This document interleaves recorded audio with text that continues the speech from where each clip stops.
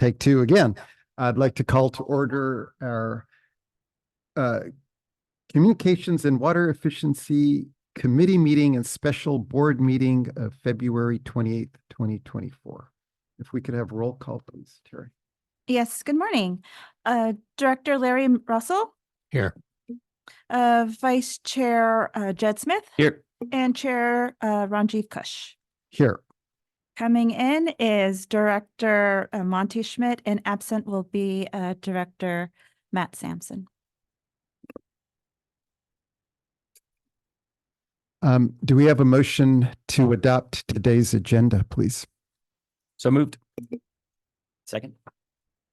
Terry, are there any public comments on the agenda? There are none. Recording in progress.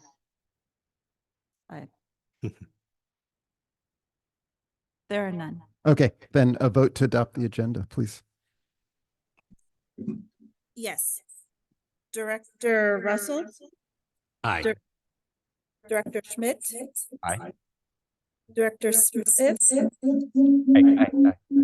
And Chair Kush. Aye. Yeah. Maybe give it.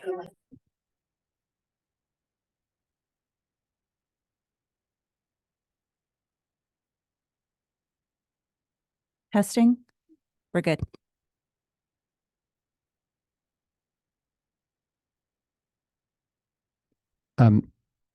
Okay, any public comments on items that are not on the agenda? There are none. Okay, then we'll move on to our regular agenda item 4A. Oh, sorry, no. Yes, approval of our committee and special board meeting minutes from November 15th, 2023. Do we have any public comments on those previous meeting minutes? There are none. Do we have a motion to approve our previous meeting minutes? So moved. Second. Then a roll call vote, please.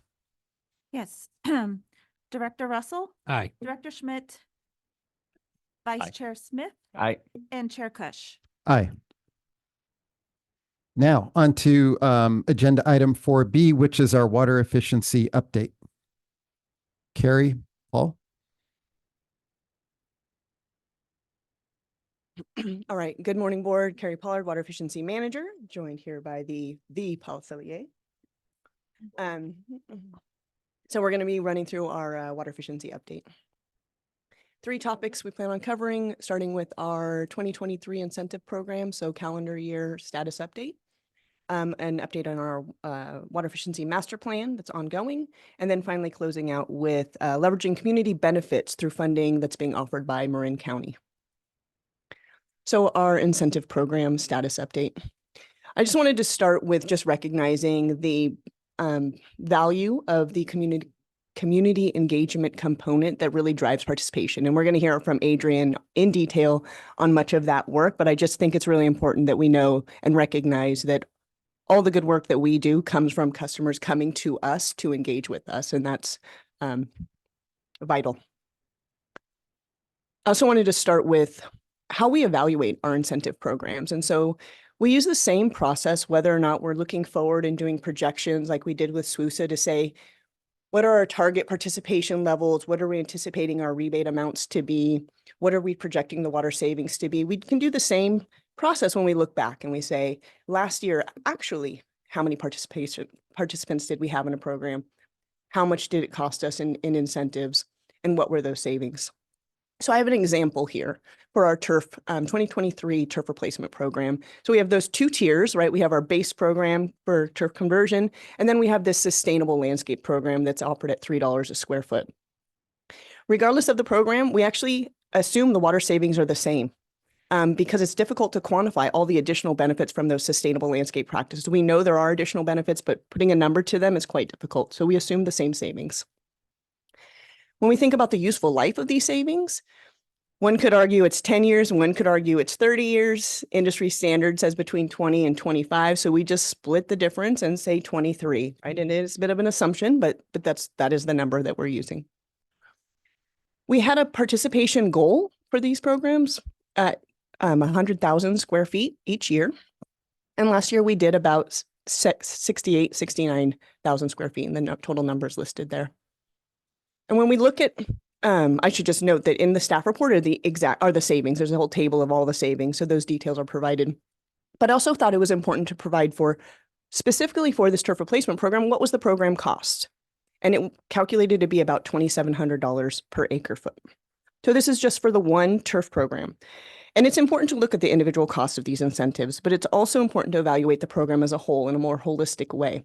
So when we take all the rebates in 2023 that were issued and the total cost of the program for staff time, the total cost for our water efficiency program as a whole is $1,900 per acre foot. So when we did the SWOOSA analysis, we estimated it to be about $1,800. So it is coming in slightly higher, but not really significantly higher.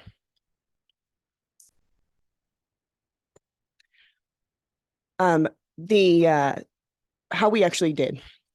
We did exceed our program participation in a handful of areas, our leak letters, our smart irrigation controller rebate, and our rain barrel rebate, which was great. When we consider the water savings, there's actually 4 different programs that really kind of took the lead here. And it was those leak letters again. So these are homes that have leaks. They're being notified of these leaks from the district via a letter. And we can actually see when the leak stops. So we know there's water savings attributed to that. Our Flume Smart Home Water Monitor, our CAP program, and finally our turf conversion rebates. I thought it was important. I always forget what CAP. Yeah, the That's- Conservation Assistance Program. Right, So right. that's our site visits, going out to folks' homes and helping them understand and appreciate how they use water, where they can be more efficient, what the opportunities are, and then also what programs we have available. So for SWOOSA, we had a goal of 160 acre feet per year. So if we assume this is year 3, we would be at 480 acre feet would be our goal, and we're just shy of that at about 473 or so. I thought it was important to recognize in the staff report, right, it shows it about 130 acre feet this current year. But we know we get carryover savings, right? When someone takes an action, it's not just savings from one year. There's savings that will continue at a different rate depending on the program. And so that's the cumulative savings that are noted here. All right, moving on to the water efficiency master plan update. So I wanted to start with a timeline of developing the master plan, because I don't know about how you all feel about it, but I feel like it's been drawn out and lengthy, and it's because it has been. We started this project, it launched in 2020. We had seen a decline in our program participation. Many of our incentive programs had been in place and remained exactly the same for close to a decade, if not more for some of them. And we were seeing our per capita use on the rise. So we knew it was an opportunity to evaluate what else should we be doing? Where should we be going? And so that initial evaluation was completed. And then the drought hit and everything was put on hold, right? All hands on deck from the district was drought response. And what did happen though was that many of those programs that had been initially evaluated were then adopted and launched. Things like Flume. Things like our turf replacement program. We didn't have a turf replacement program prior to the drought. Updating our gray water program, increasing our rainwater rebates, all of these programs that would have been considered and been recommended as actions within the new master plan were then launched. So then we hit 2023, we're out of the drought, and we need to refocus and recognize, we now have this extensive array of incentive programs that are being offered. We need to evaluate them under this new light of, do they remain at what capacity, and with the new goal and recognizing that we want to minimize the rebound, right? GPCD has been flat for the last 3 years. Our demands have been historically low for the last 3 years. And so how do we maintain that? So here we are in 2024, hoping that we can wrap this up as soon as possible, continue to track and monitor the savings that we're projecting. So the other piece of this would be, what is the overall purpose of this master plan? And it really is to drive district potable water savings, right? We know we've had a lot of movement in the last few years, and we have historic water use patterns that will inform, the direction that we move in. And so what are those strategies to achieve additional water savings? And what is that savings potential that remains? And what is it going to take to achieve those savings? And what, is it a shift in marketing? Is it a shift in data collection, is a shift in information's being provided to our customer. What are those pieces that we need to look at? And all of this kind of ties into this, the strategic plan goal for a reliable water supply of achieving savings of 800 acre feet in the next 5 years. And that does align with the SWUSA goal as well. So when we think about these, shading on my slide is terrible, my apologies. When we think about the savings that potential that remains as we look forward, we have kind of some bookends, right? We have the passive savings that are going to be achieved regardless, and we have these theoretical ceiling savings, which would reduce our overall current consumption by 30%. That's an incredible reduction amount to even consider. So we know that the master plan portfolio of savings will likely be somewhere in the middle, right? And we want to develop programs that support our community and programs that our community is interested in participating in. And we do have a section of our community that is really engaged with gray water, right? That is their thing. They're in rainwater, right? Those alternative water sources are huge. Others are not interested in more leak detection, right? So how do we have programs that kind of touch on everyone, but also support new technology and maintain the water savings goal that we establish? So to do that, we look at this measure of these various measures to kind of build out a portfolio. We have on the left our Just a quick question on the last one. Yeah, I know it's 30% is huge, but it is over 20 years.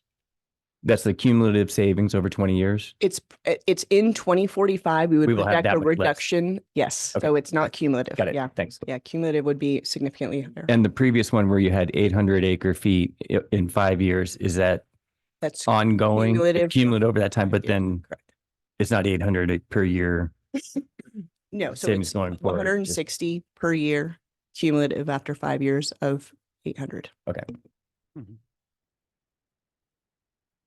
So we look at this portfolio of measures that could be implemented. And so we have our existing measures on the left, which is extensive. And then we look at what are our new potential measures, and not all of them are incentives, which is why I label them as measures, right? Some of them are informational water budgets, and we'll hear from Adrian about the bill estimator, right? It's a very similar idea of just helping folks understand where their water use falls in a realm of opportunities to save or efficient or not efficient, right? And water budgets would help them get there. Supporting our municipalities with large landscape. So we know that there's legislation that's been passed around non-functional turf, and we want to support those actions, but we also want to maintain tree health, right? And we're not suggesting soccer fields, are no longer soccer fields. We're suggesting soccer fields are irrigated as efficiently as possible to help us meet our goals and provide, a benefit to the community overall. AMI implementation, we've had discussions around AMI. We know it's not a tomorrow thing, but what steps can we take today to kind of tee up AMI in the long run? So pilot programs, research studies to evaluate what is the most effective implementation for rollout to engage our customers and give them access to the data, right? We have some time, so how do we leverage that time to our benefit and while we kind of wait, so to say? And then last night we heard about water loss reduction program. And so we know there's opportunities there that will continue. So I know President Cush has asked a few times about bringing some AMI experts in, and let's talk it through. I know there seems to be some confusion coming from our customers about the benefits. When are we doing that? We have a number of plans that we plan to discuss at the retreat. That's key item. There's a lot we'll be talking about, but our thinking is that one will lay out to the board a number of things, including our thought on the research that we're proceeding with on AMI to design to prepare us for deployment. And we're currently considering an early kind of project manager bringing on board to really start all the spade work that needs to be done. So we're really ready to rock and roll when the SAP is at a position that allows us to. And there's probably a good couple years of work. So we'll be having that discussion with the board at the retreat. Yeah, just to follow up on that point. Ben, I think we recognize that as with other big infrastructure programs, there will be a phased implementation of AMI. So any information that we can gain either from our own research or experience from other suppliers that helps determine how we prioritize rollout. And I know the research here is going to be designed to determine impacts on high volume users. To what degree can we see benefits by providing them with AMI early on? I think that's the direction we're going, but Yes. anything that we can do to ensure that as we're rolling AMI out, we're getting the maximum benefit, even if it's not a comprehensive, haven't hit. Absolutely. And that I think is really the design that in the discussion we'll get into at the retreat, and that potentially the pilots in the research that we want to do prior to deployment, maybe look at high, medium, and low water users, look at a number of variables to really help us plan for deployment, because it's probably on the 4 to 5 year phase deployment. So we do really have opportunities, and potentially even look at things as different messaging to different types of customers. Some may resonate more with dollars. Some may resonate more with sustainability combinations. So I think the board's going to find it pretty thoughtful and rich what we're planning to do in terms of what we're thinking kind of preparation for deployment. And there's quite a lot of work ahead of us. I think that's all fine.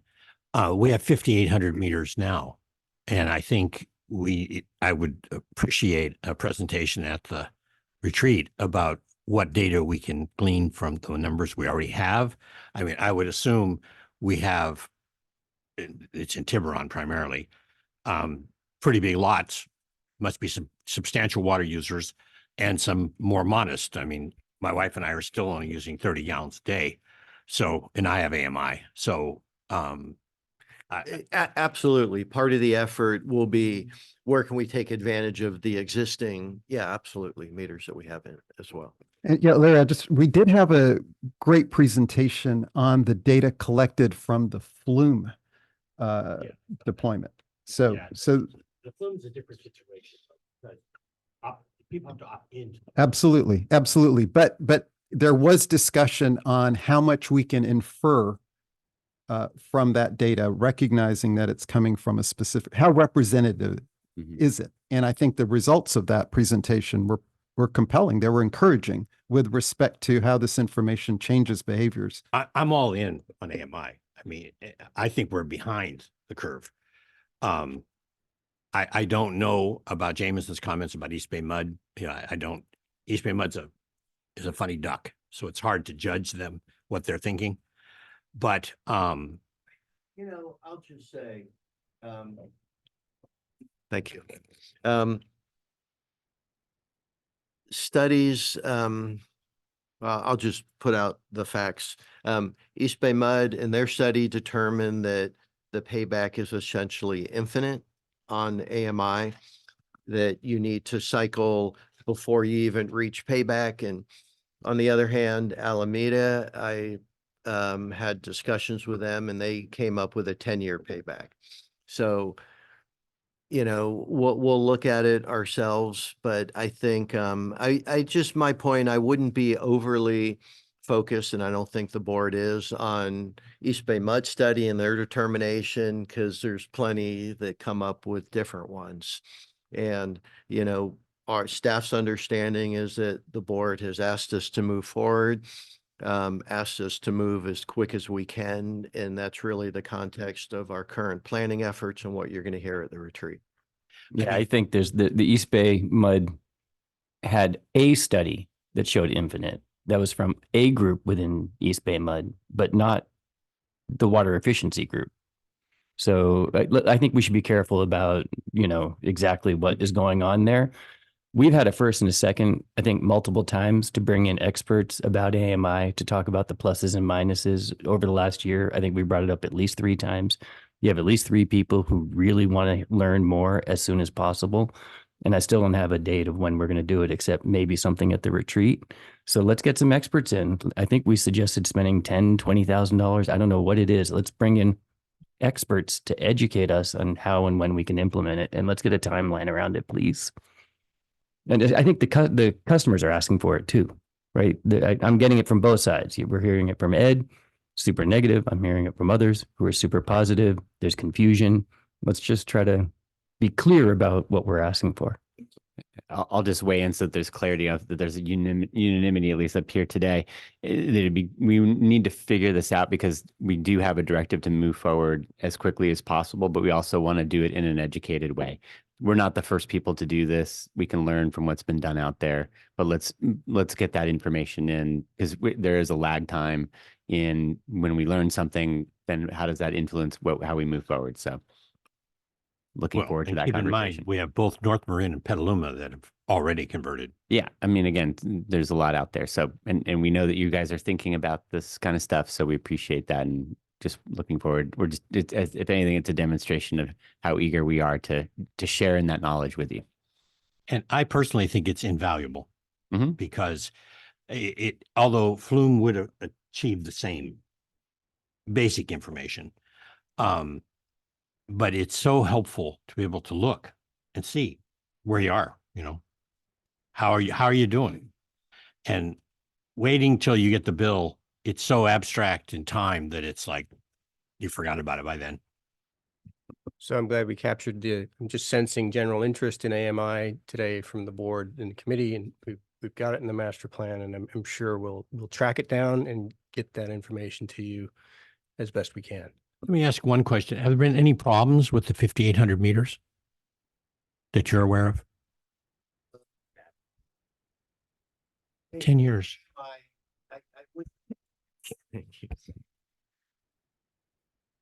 It's a broad question. I'd say my understanding is there's X percent every day of meters that aren't reporting, for example, that need to be followed up on. And it's probably a much broader discussion. And I think what that really means is, and the industry has recognized that too, that the notion of you put an AMI, you don't need staff out in the field, and you've saved those resources, that's probably a fallacy. It does take care and maintenance and investigation. And is it a battery? Is it, what's going on? A mouse chewed a wire, that kind of stuff. We obviously have a lot of other stuff on here, Yeah. and you previously brought in a consultant who had a grading system on a lot of these programs, and I think we were pretty clear about asking for the assumptions behind the data that they showed. Yep. And so we'd love to get into those assumptions. Where did the numbers come from? Because they came from somewhere. If you could just send those to us, because you must have them, Yes. right? Because they have. So if you could forward that, I'd love to see it.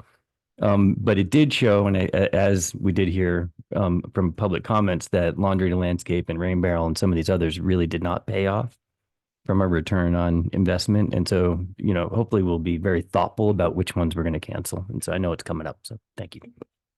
I mean, I would just to comment briefly on some of those. And we talked earlier about looking at overall program costs, right?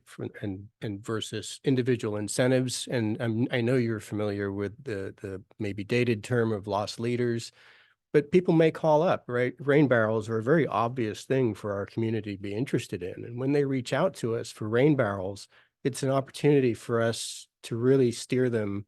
And so it's difficult to assess the impact of, versus the actual cost of carrying a rain barrel program. And is it an avenue for folks to reach out to us on their own? Because it is a very simplistic, obvious thing for folks to reach So out. there is a distinction perhaps in what Paul's suggesting, that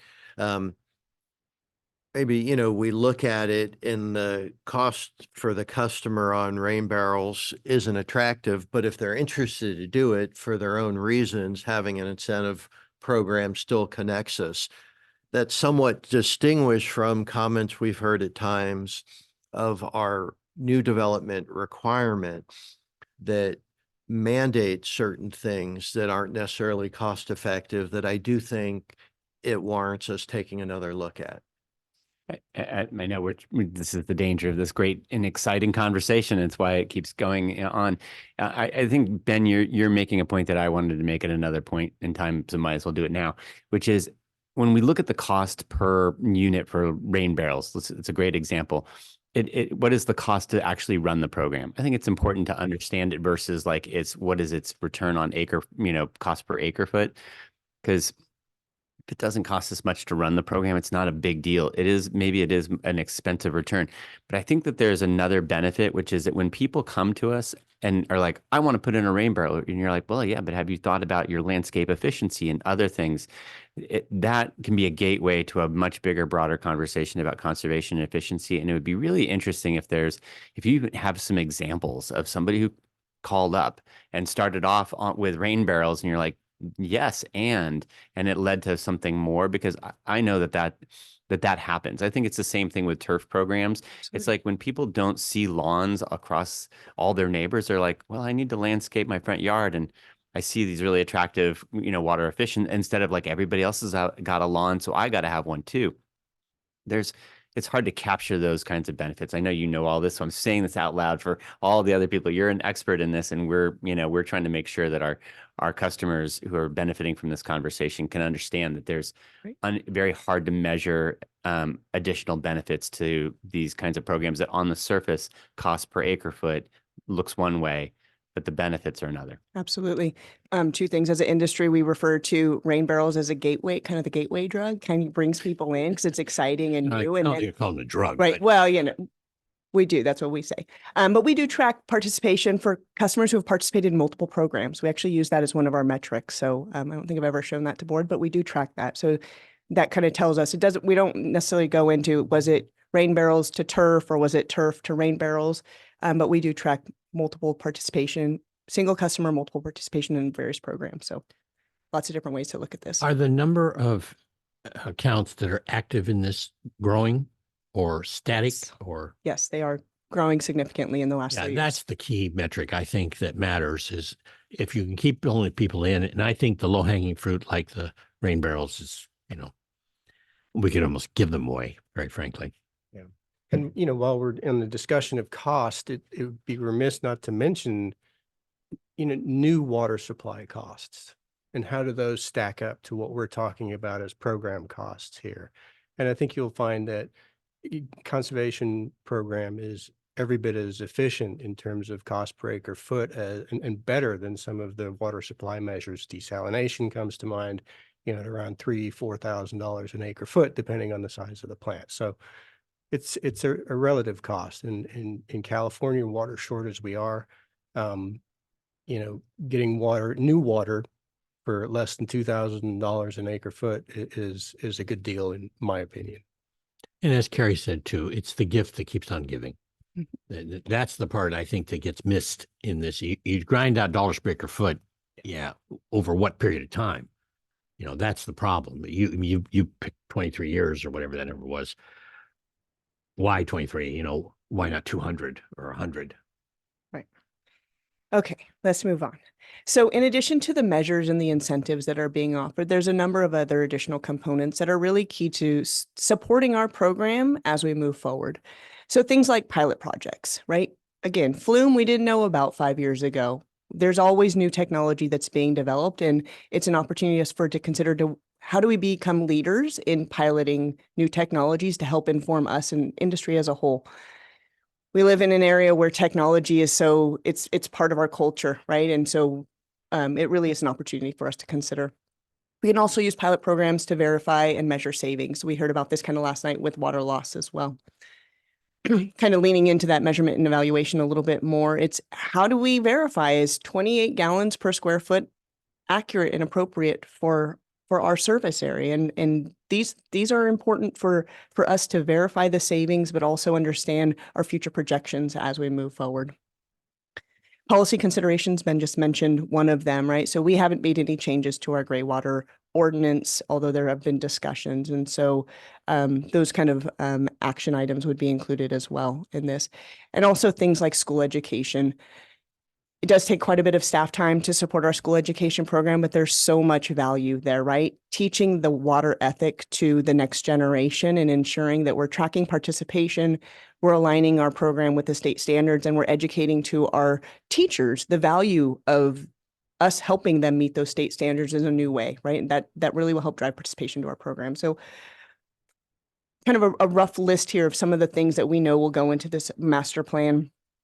And our goal with the master plan is that it to be an approachable document where it's not intended to be an engineering report, right? I'm happy to share the assumptions. They will be in an appendix of the report, but we want to have a document that conveys the extensive program offerings, where we've been, where we're going, and where we can go to our customers in a really clear and easy to understand way that kind of tell the story of this amazing program we've built and really has taken off in the last few years. We want to be proud of that and really have something that brings that forward.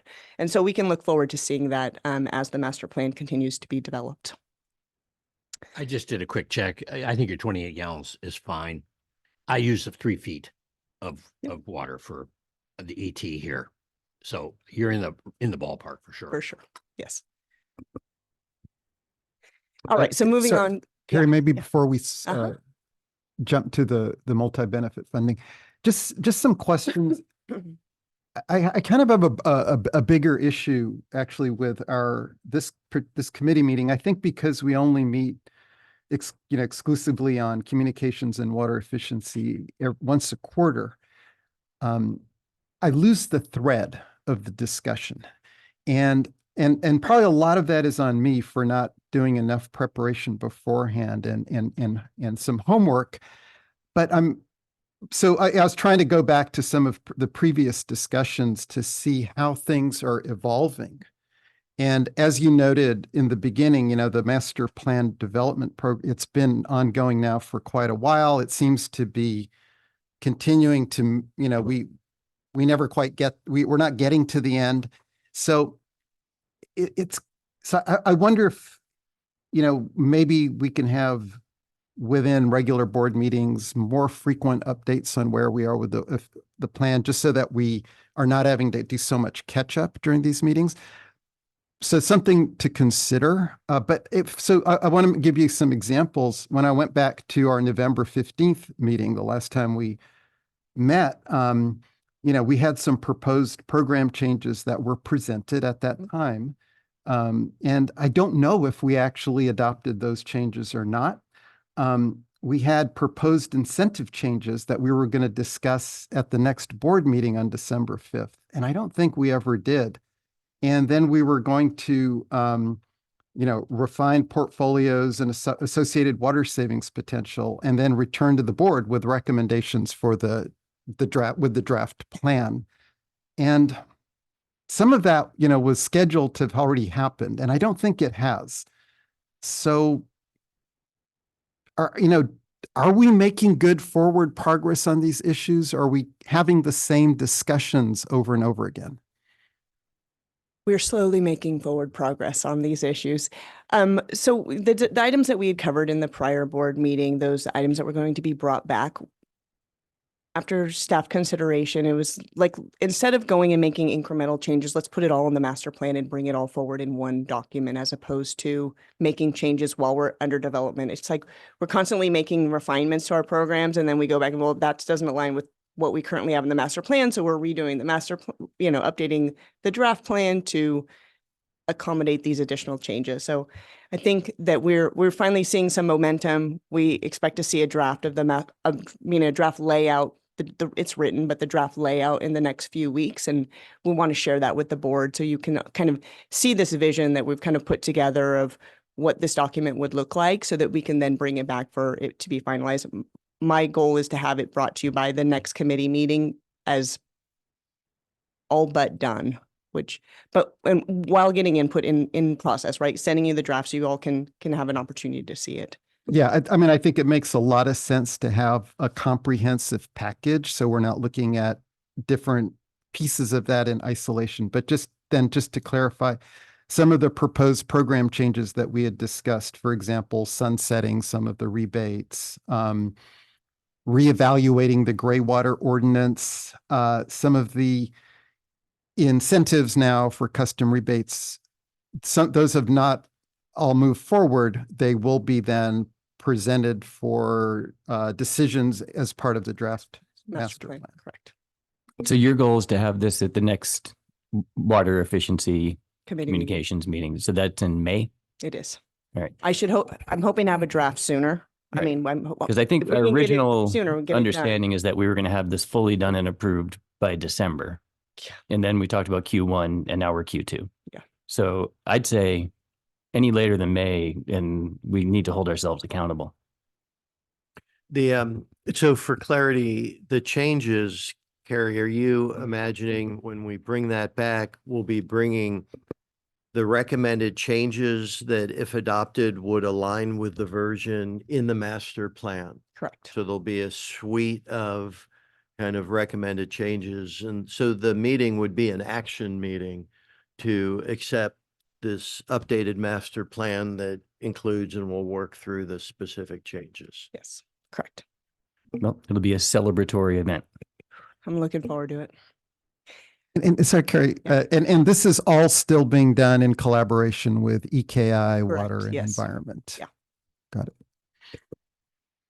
Okay, leveraging multi-benefit funding with Marin County. So a few years ago, we realized McStop, Marin County Stormwater Pollution Prevention Program, was working in many of the same spaces we were, right? But also in different ways because they have different goals, right? They want to reduce runoff, they want to support green infrastructure, and we want to, right, increase water efficiency, get people to use water on site, et cetera.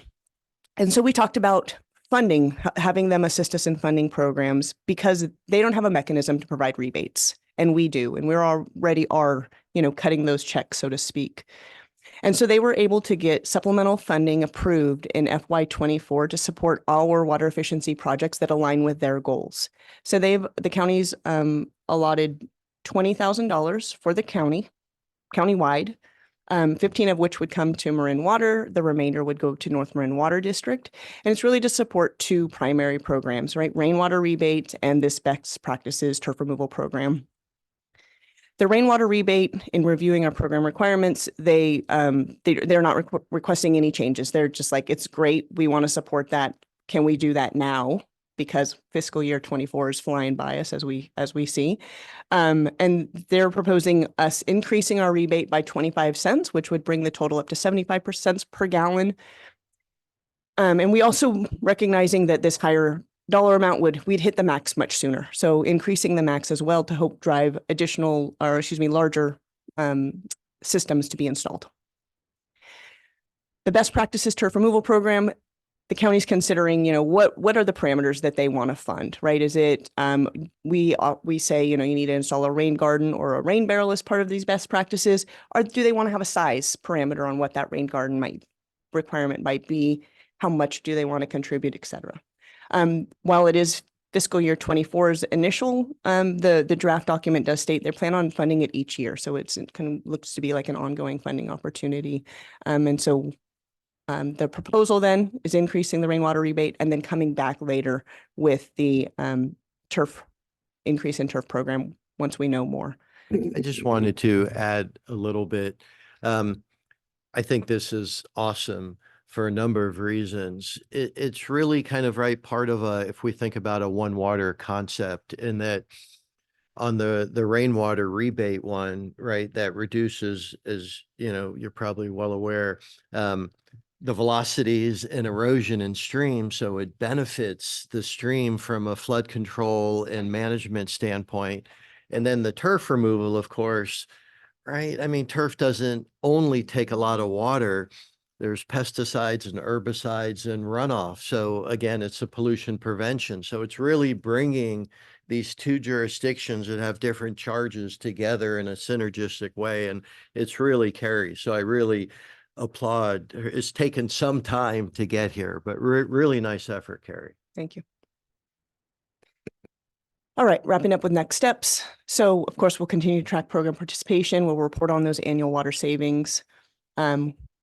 We are looking to finalize this water efficiency master plan, of course, getting board input And we plan on bringing back the mixed stop funding agreement once all three entities, legal teams have figured out how to make that really work out. And it'll be likely be on consent, increasing the rain barrel rebate from 50 cents to 75 cents while funding lasts, right? So if we get a huge uptake and we blow through this funding that's theirs, that's great. That we're hoping this will increase our program participation. So good opportunity for us. With that, any other questions or comments? Board comments? Larry? I think it's great. I'm a little confused. I thought you said that they were going to ongo funding this. Did I misunderstand that? Ongo funding? Next year. Staff anticipates that now that it's in the budget, that they will likely be able to maintain it. So it really isn't until funding stops. It's just For the year. for the year, but then you can put them in next year. So, Thank you. Yes. for the you know, year. and what do you plan to do to get the news out? We'll work with our communications teams and the county as well, right? So, but we'll have it kind of funneled pushed out in two different ways, in coordination, of course. It'll be interesting to see if it actually triggers any real ones, like you probably remember this. I priced out a cistern when I first moved here and it was $100,000. And, so 2K, I mean, it wouldn't incent me to put it in. I still haven't been incented to put it in. Thought about it, but not do it. So, it'll be interesting to see what triggers. I think it'll trigger the drums and things like that, which are fine. Any problem with the East Nile virus from the mosquitoes? Any problem with mosquitoes? No, we've reached out to the mosquito and vector control folks, right, to make sure that what our recommendations are for use of rain barrels and cisterns aligns with what their recommendations are. But not that I'm aware of. I mean, if it's maintained properly and you follow the standards, you should be fine. But I want to make sure that you realize that we applaud the efforts by Carrie, the water efficiency team at Marin Water, for having state recognized programs that are extraordinarily effective, and that we've proven to be a leader in this regard, and that we should applaud it. We should take credit for what we've done, and we're pushing you more because we want to extend it and accelerate it. This master plan effort that you're going on, that we're so excited about, is something that I cannot wait to out to our customers and our community. And our community should be proud of what they've done to reduce water use and think about the whole as we take care of our own personal houses. Thanks, Jed. Monty? Yeah, Carrie, this is, you have a tough but an enviable job of the fact that in Marin, we are already a very water conscious and efficient community. So it's not like there's just big low hanging fruit, out there that you could grab and be like, look what we did. We did a lot of that. And that's a big credit to our community and to past work of yours and others. And at the same time, we're sending a really strong signal here that we really care about pursuing gains that we know are still out there. So looking forward to this master plan, really looking forward to yours and other expert opinions about where should we pursue what's our highest return? Where is the lowest hanging fruit? Who are our customers who are still using substantial amounts of water, who I think are really, again, with change in rates and our change in our summer, no longer having a summer program, it's going to really, I think we have a summer coming up where there's going to be a lot of ahas happening. And a great answer and a very fast answer is always conservation and efficiency.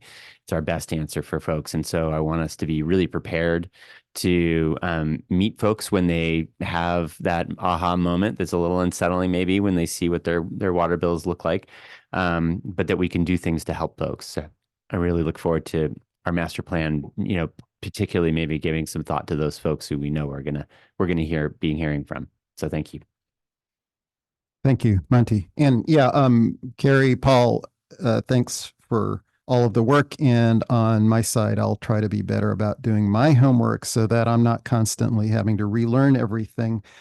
Carrie, I might reach out at some point. It might be nice to, as we're getting close to the completion of the efficiency plan, to, if we want to maybe have an ad hoc just to really dig into some of the numbers. I think Jed would be interested in that as well. So I'll follow up as we get close to that. And finally, if the MC stop is an indicator of how well our efficiency efforts are going, I can't imagine doing much better than that. So congratulations. We have three public comments. Thank you for that reminder, You're Terry. welcome. The first one is Mr. Phil Sauter, Larry Minikis, Ed Jameson, and Wendy Callens, actually 4. Thanks. Before I get started, is it possible to bring this up on the screen, or do the directors have a copy of it? They have. Everyone has a copy of this? Okay, great. Excellent. Thank you for the presentation, and I'm going to be referring to this document. If I understand the conservation goals and performance for 2023, it shows a total savings of 142 acre feet, or 47 million gallons, or 2.5 quarts per capita per day. 80% of these savings come from a single program, which involves sending out 1,300 letters to customers telling them they had leaks. The other programs, turf conversion, pool covers, residential site visits, laundry to landscape, rain barrels, flume devices, and indoor water reductions, all combined save the remaining 20%, or 28 acre feet. That's 9 million gallons a year, or 2 pints per capita per day. I recall the total conservation budget for 2023 was a little less than 600,000, and that means the average cost per gallon saved was 1.3 cents. It's not bad, but the numbers tell a different story when you consider that the most effective program, sending out 1,300 letters on leaks, probably cost less than $50,000 to save those 47 million gallons. That's a really good return on sending out an average of 5 letters a day. But that would also mean that the remaining $500,000, including staff time, was spent on saving just the remaining 9 million gallons from all of their programs combined. And the cost for that savings would be 6 cents a gallon. Much better, I think, to buy the water from Sonoma and put these programs on hold until we can figure out how to get more bang for the buck. As I said, I could be totally wrong in my reading of the numbers or in my assumptions of what they mean or conclusions. So I'd like to suggest that the committee request a presentation on the effectiveness of our conservation efforts and figure out which ones to expand, which ones to sideline. And as Director Smith asked at last night's board meeting on water supply, what can we do to get us to our goal of 4 million gallons per day sooner than 2045? One thing that's become clear to me is that the hours I've spent attending board meetings over the past 2 years haven't helped move that goal forward by even a day. So I'm more than willing to spend that time in any way I can to help figure out how to get better results, a greater return on investment, and a shorter timeline. One other point I was impressed by President Cush's comment last night that said the need for water supply depends on demand. But obviously demand is affected by conservation. And I really wonder, should we not set some reasonable conservation goals in place before we go out and find new supplies of water? Thank you. Thank you. Mr. Larry Minikis, and then Ed Jameson, please. Yes, good morning. It seems like just yesterday we were here. Speaking of homework, I've done a little homework on AMI, and what I was looking at is where were their problems, and San Diego is a shining example. They rolled out in 2012, and what they learned a few years later is that they were overcharging customers by millions of dollars because the original rollout was defective. The meters were defective. So they're involved in a redo. This is a May 2023 article that I'm referring to. They hired Jacobs for $3 million to look at redoing this because the city of San Diego feels burned by this. A lot of customers got overcharged, all of these things. They're working with a company called Badger Meters, and they've got a $30 million contract with Badger Meters on this rollout. So what I'm suggesting here is perhaps we can save quite a bit of money by learning from what San Diego's doing, because they had to learn a very expensive lesson here, and it could save us a lot of money in the long run. Thank you. Mr. Jameson, please. Yes, I'd just like to make clear that I don't necessarily oppose offering laundry to landscape and rain barrels incentives, at least at low levels of cost to the district. It's the issue of making them mandatory for all new single-family homes and major remodels under the 2016 Greywater Ordinance that I disagree with. The district's own estimates make it clear that at $24,000 an acre foot or so for laundry to landscape and $78,000 per acre foot for rain barrels are nowhere near reasonable costs, and certainly nowhere near the costs of alternative sources of water, including desal at $2,000 to $3,000 an acre foot and purple pipe at $4,000 to $5,000 an acre foot. As for increasing the rain barrel rebate by 25 cents, that money would be much better spent on the turf removal program. And finally, in deference to Carrie, determining all these cost numbers is pretty complex and data intensive, and I can understand that it's taking some time to get these numbers all nailed down. Thank you.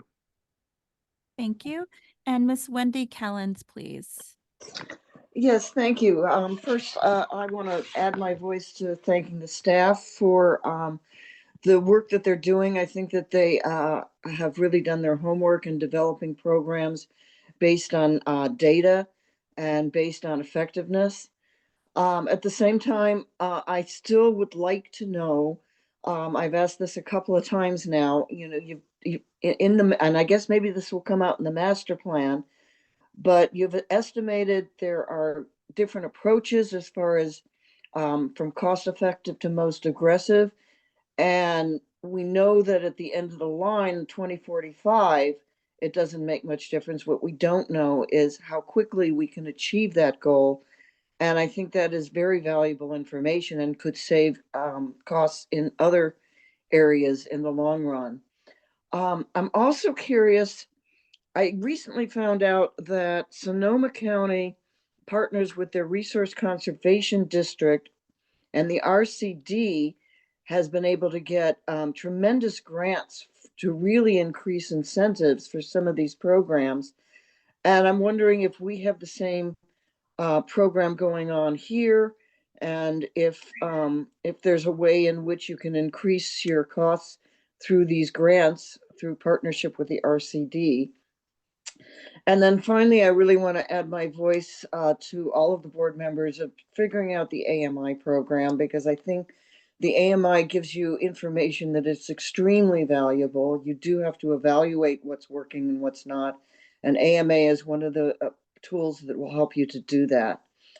So thank you very much again, and keep up the good work. Unfortunately, when you come back with the master plan in May, I will be out of the country. So maybe I'll be able to get some information beforehand before I leave. Thank you so much. Thank you. Oh, and I forgot to, too late. Go ahead. Go ahead. That I'm representing Sustainable Marin. Silly me. Thank you. There are no further speakers. Thank you, Carrie. Thank you, Paul. We'll move on to agenda item 4C, water efficiency outreach activities update.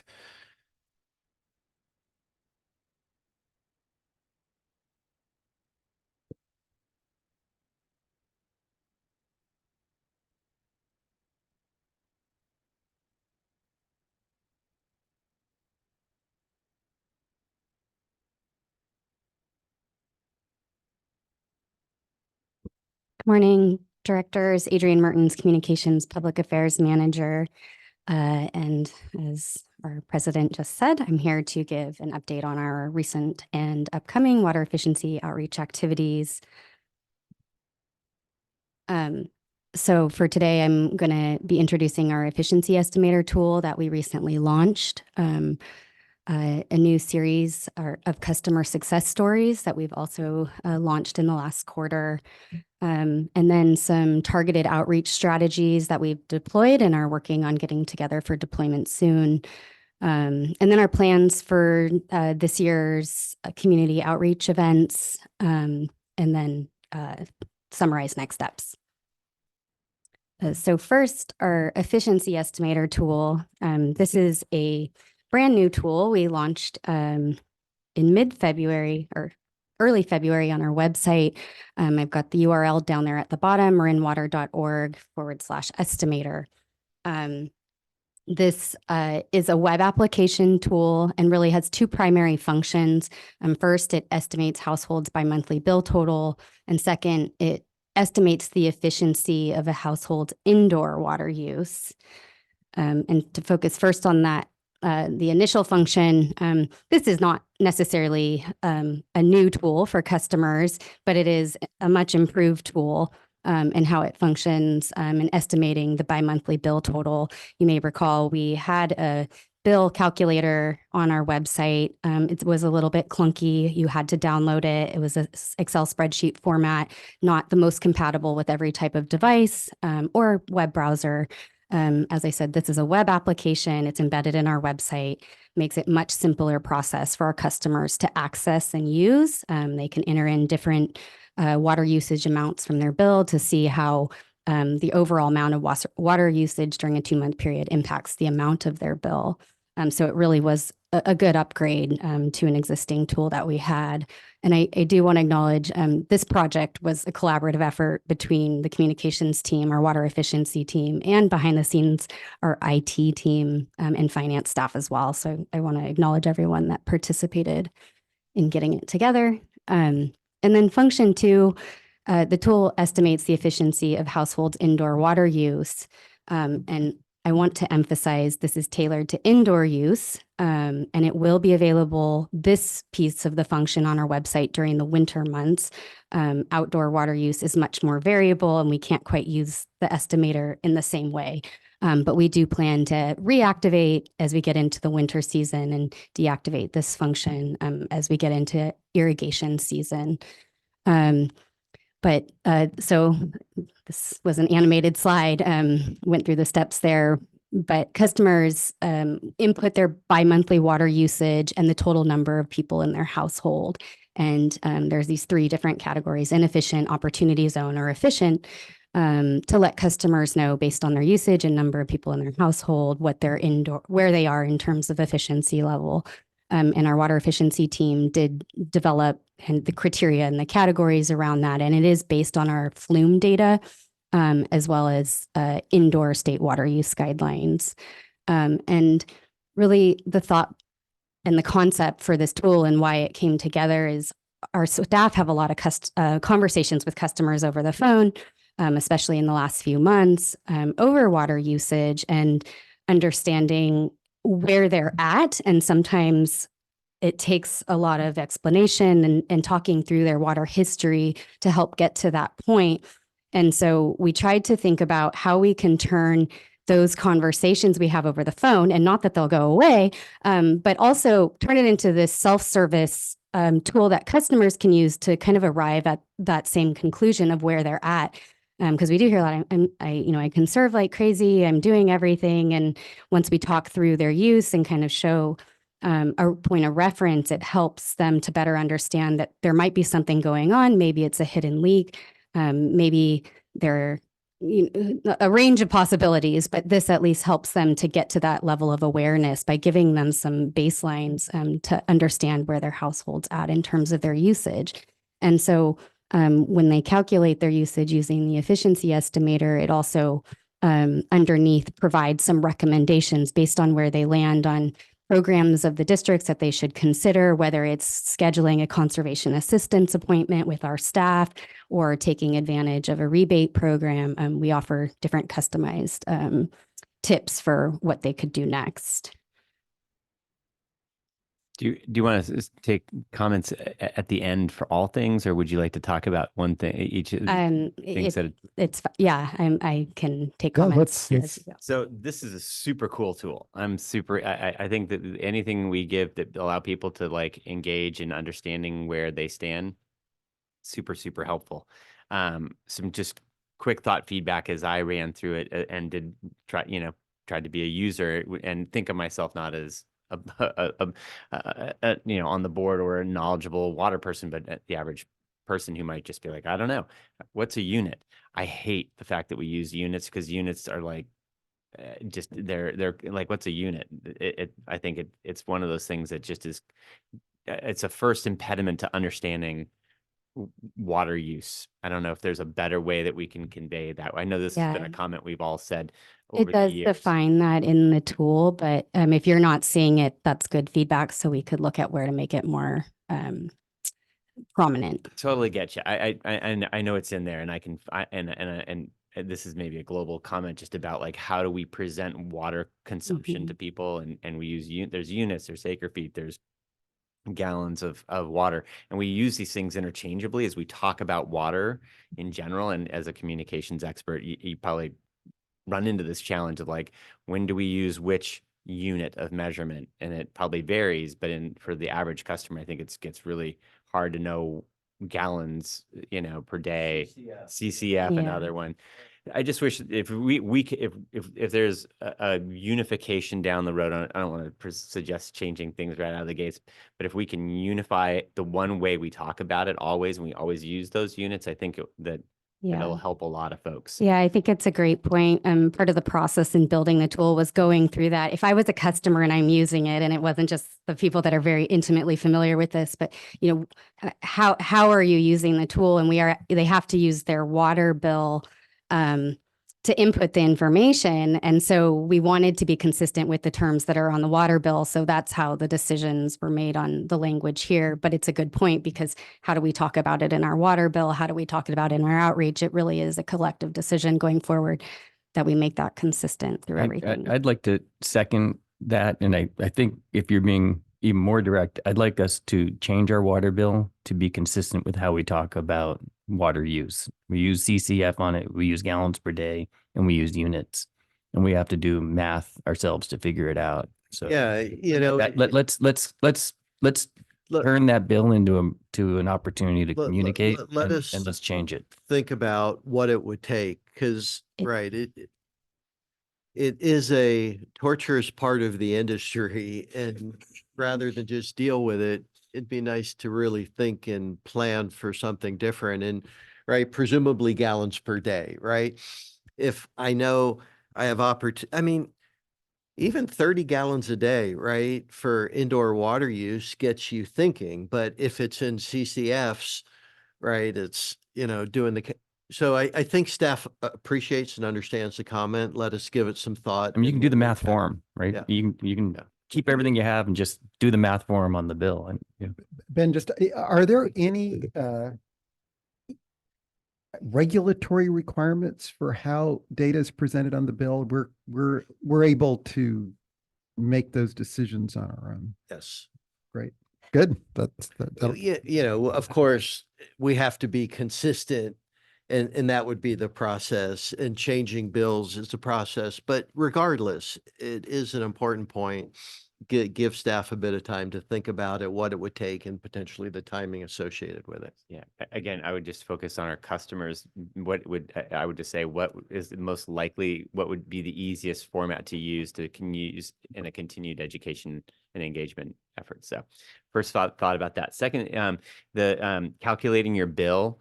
I think a lot of folks just might, maybe there's a link on there that it says, here's where you can go find your bill, or how to go find your bill online. I'm looking at the website right now as I do this too, just so that folks can be like, oh, I got to put a number in there. Where do I go find that number? You could just be, how do you find that number? something really super simple like that. I love the calculation that then shows, what your estimated bill is, and all that other stuff is super straightforward. I think that this last part so now you find out where you stand.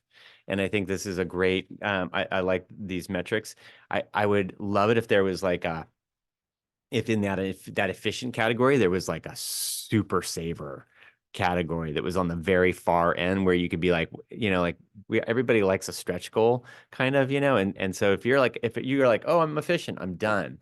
And it's like, oh, but you could be like a super saver. I don't know if you come up with the name, but something that gives people, because that's a pretty big blue band. I'm happy to find myself in it, by the way. but it's like, knowing that you can always reach further, and I know we all can, and I bet Larry would be in the category of super saver based on his water usage for sure. I think also it'd be really helpful if if there was some way to be like, people are I don't want to say competitive, but they're comparative. Where do I stand compared to my neighbors? And so if there was some way that your water usage, I know this is tailored to the number of people in your household and other things, so it is comparative in that way. But like, I think if you knew, wow, your consumption makes you're just across all of our customers, you're in the top, 30%.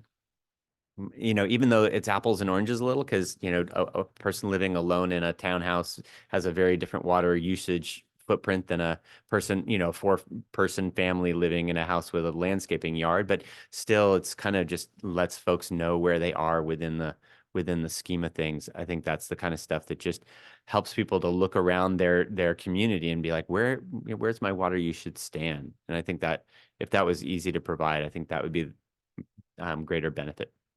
Thank you for this. This is a great tool, and it's a great addition. I know it's an update to what we already had, but fantastic. Half of it was an update to what we have. Okay. Jed, Larry, any other comments on the efficiency estimator? Adrian, just one thing, Yeah. I think like Monty, your head starts to explode when you think about the potential here. So down the road, maybe at some point, it would be great to maybe have a opportunity to discuss the possibilities of an app, a Marin Water app that is on your phone and also allows for notifications. So that could be maybe something that evolves out of this. Yeah, that's So- great. We've actually, during our strategic plan input sessions with staff customer services, that was one of the big items that they brought up as something they'd like to see. Great. Thank you. All right.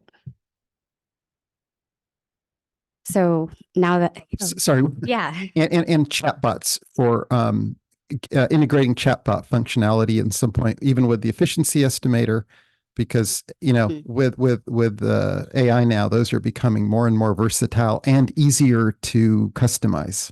So that may be something that's not that far of a stretch. Are you able to use your efficiency levels based on AMI out there as well, or is it only on Flume data? If we have 5,900 units out there. yeah, I'll defer to Carrie on. We only use the Flume data because the AMI, as mentioned, is fairly tightly, very specific customer types, right? So all of our irrigation, as noted, lots of them in Tiburon, whereas Flume is across the board, right? But we also know our Flume users are lower, some of our lowest water users. So we use that as the low end. And then we use the state standard as kind of the high end. And we recognize not everyone's going to be at low 30s like our Flume users. If you're in the 40s, 40 GPCD, you're still being really efficient, and we want to commend that. So we didn't necessarily pull AMI data to do this analysis. And we really focused on Flume and then state standards.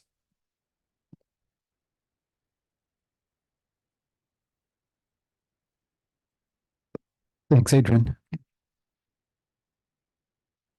So, of course, with a new tool, we want to make sure that our customers are aware of its existence. And in previous committee updates, we've talked about how we wanted to move to a more targeted approach to our outreach. So we can still find where we might have some lower hanging fruit, as Director Schmidt mentioned earlier.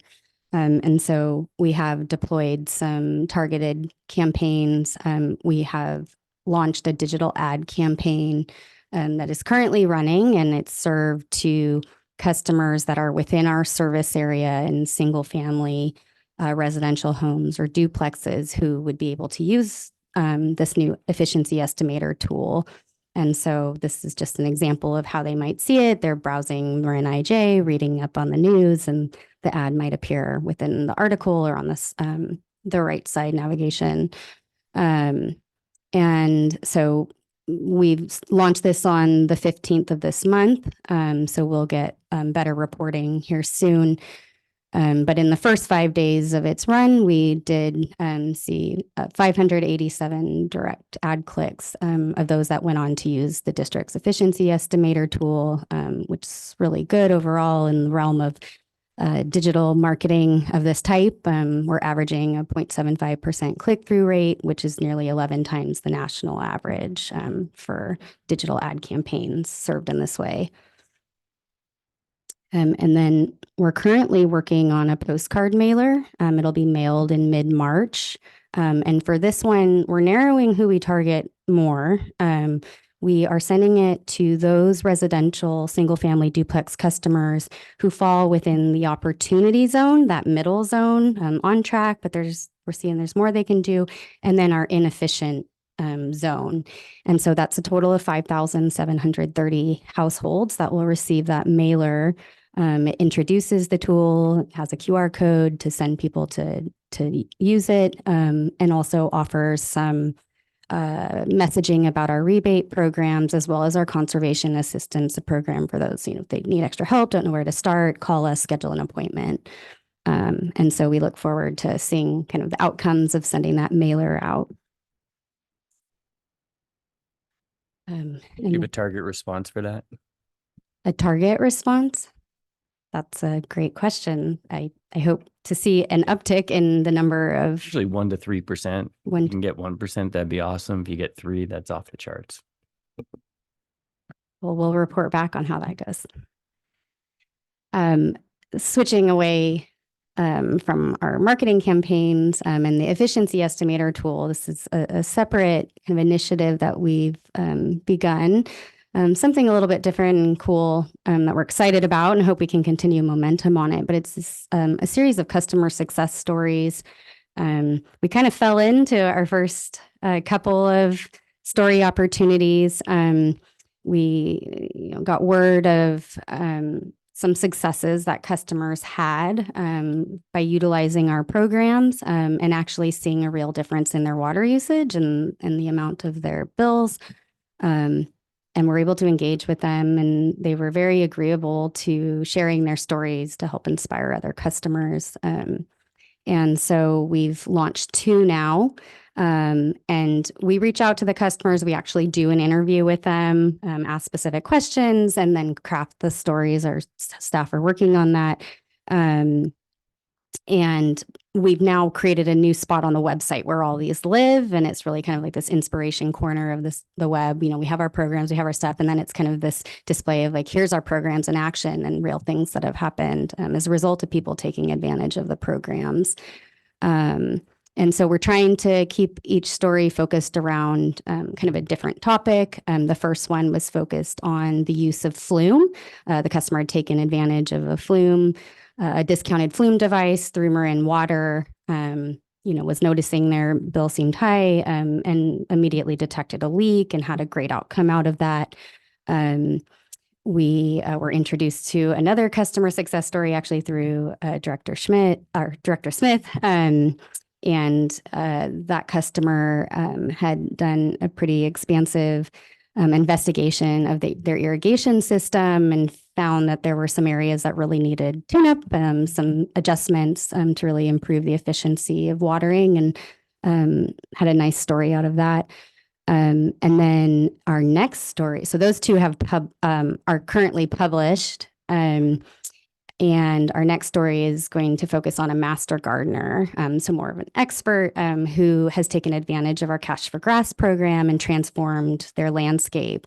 And after that, for the irrigation season, we are doing another story on a landscape transformation. This one not from an expert, but from someone who took advantage of the program, followed guidance, and has also seen improvements in the use or in their water use. And so kind of 2 sides of the spectrum, those that are experts in that area, and then those who are everyday, common customer who may not be as advanced, but still able to achieve successes.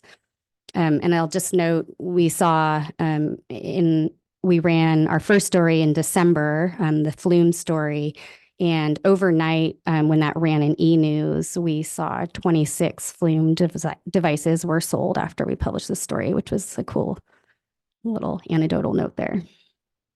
And we are, with these stories, they're not just living on the website. We're repackaging them. We're putting them in our social media posts. We're putting them in e-news. They've gone in our bill inserts. So we're getting the word out to share these stories.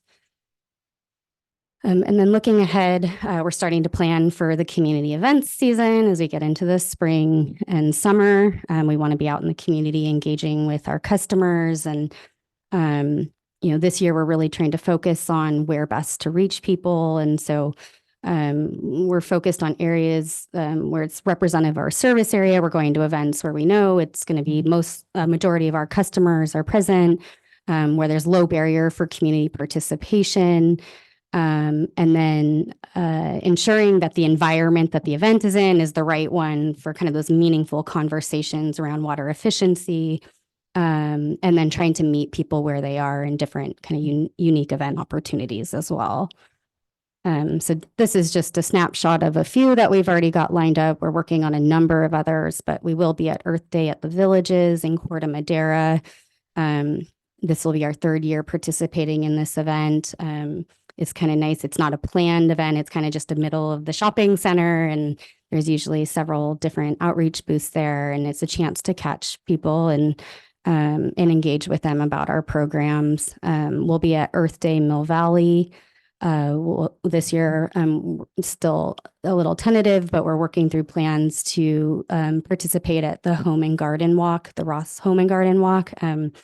They actually feature a number of different sustainable homes, water efficient homes, and invite residents of the Ross community to tour these homes and gardens. And so we're planning to have good participation there. We haven't really done a targeted event like this. We're really interested to see how that goes. And then, of course, we have the Sonoma Marin Water Saving Partnership Eco-Friendly Garden Tour coming up in May, and we'll have a presence at 3 different sites that are part of that tour, San Rafael, Mill Valley, and Corte Madera. We've also lined up our participation for the Fairfax Festival and Parade, which is a 2-day event, very well attended, and seems like the whole town comes to that event. So we always have good participation and engagement there. And then this year, we will be participating in partnership with North Marin Water District in the Marin County Fair. And that is in July. And I'll talk just a little bit more about that. This will be a pretty big event activation for the district. This year's fair theme is Making a Splash. It's all about water. So it's really the perfect opportunity for us to jump on that and find engagement opportunity. So we are planning for an interactive exhibit. It'll be in their main activation tent at the fair. And as I mentioned, we're doing that in partnership with North Marin Water District. It'll heavily focus on water efficiency. And we're so lucky the Sonoma Marin Water Saving Partnership actually has in this interactive exhibit. This is one piece of it displayed here on the slide. There's 2 additional pieces and it's set up so it's almost like you can take the self-guided tour of a home, and it highlights all the different efficiency fixtures and opportunities within a home where you can achieve water savings. And we also plan to do some more broad messaging around kind of the story of your water and how all that goes into having it reach your tap. And so again, that's I believe 4 or 5 day event. So we'll be staffing it every day. And then again, it has a self-guided tour opportunity as well. And so just to summarize, kind of what's next? We are going to complete our indoor efficiency campaign postcard mailing, and we'll certainly circle back with results of that. We're going to continue to monitor our active digital campaigns and other outreach that we're doing, assess performance. It's really important for us to do that because we're going to take the same kind of targeted approach with our outdoor campaigns as we switch into spring and summer seasons and outdoor irrigation. And so we want to see if there's areas where we need to be tweaking the tools and mechanisms that we're using for our outreach. And then we'll be providing updates on our progress to the board. And I'll take any questions. A lot of activity, Adrienne. That's inspiring. Board comments, Larry? You don't list the NBWA meeting. Have you thought about anything on that, or would be an advantage to doing that? I'll have to look into that.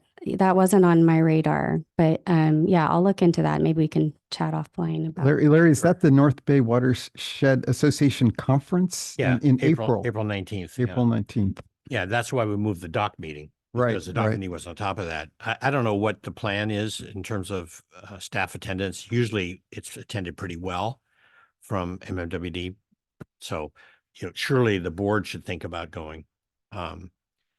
It's not earth-shaking conference, but it's interesting. It doesn't quite meet the criterion you have there, but something to think about. Terry, do we have that captured on upcoming meetings so the board sees it? Yeah, today, Okay. today that will be part of all of my outreach or all of my making sure the invites are sent to you and put on your calendars. Right, So- right. Larry, you and I actually it may have been we should have probably flagged this for Terry a while ago, right? Okay, okay. Okay. Yeah. You're ahead of me. Monty, any follow-up? Oh, just, one other event, the Thursday farmers markets in San Rafael. I don't know if, whether attending every Thursday night would make sense. There's probably a lot of people who go on a regular basis, but that's a great community event that, being there once or twice or something like that might be worthy of another outreach opportunity that's important for the community. Yeah, we've certainly participated in the past and can make sure that's on our participation. Yeah, I don't list mean this to year. select that one because it's in my district. Yeah, and- because I live near it. No, of course. There might be other And we are, community events. that's a good point. We are, if there are specific events that happen within the communities that you guys represent, sometimes you learn about those things before we do. Certainly, give me a heads up and we can see how it may fit into our schedule. Do we still go to the baseball games? We have not in a number of years. Okay, because we had that character, Yeah. the water. I don't know cube. that the character still exists, but yeah, we can look at that It's opportunity. a minor league team. Yeah. Yeah. I think we had a sponsorship with the baseball team for that. Yeah, nothing else. This is great. Thank you so much. Adrian, there are a couple of, I think, San Anselmo specific items that I didn't see. One, there is some sort of town festival or fair, and I can find out when that is and send it over. I think that would be pretty good fit. Yeah. And during the summer, there are the Music on the Avenue every Friday and Saturday. Certainly going to every one of those wouldn't make sense, but it might be reasonable to target one or two weekends. It's very well attended, including a lot of people from throughout the county. And then last question, the Ross Home and Garden Tour, you said that's still in planning? Yeah, we've certainly committed. I think we're waiting to finalize some details with the organizers, but it's our intention to actually have a speaker there and as well as an outreach booth if everything pans out. Great. Terry, any public comments? Yes, we have two so far, Mr. Larry Minikis and then Wendy Callens. Go ahead, Mr. Minikis. Yes, thank you, Adrian. I'd like to suggest one additional event, and that's the San Rafael Porch Fest, which will take place on Sunday, September 15th. This previous year, this takes place in Gersel Park, and most of Gersel Park is shut down. And what it is exactly what it sounds like. There were 69 bands playing on folks' porches. There were thousands of people. I was trying to find a number. I can't find a number for it, but there were thousands of people there. It's an excellent opportunity to reach out exactly to the community because that's who's there. And sponsorships are fairly inexpensive. A platinum level sponsorship is $2,000. A gold level is $1,000.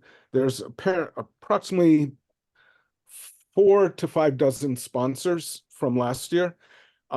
It's just an excellent event, excellent opportunity to reach out to the community, and would really suggest looking into that. It's this website is sanrafaelporchfest.com. Thank you.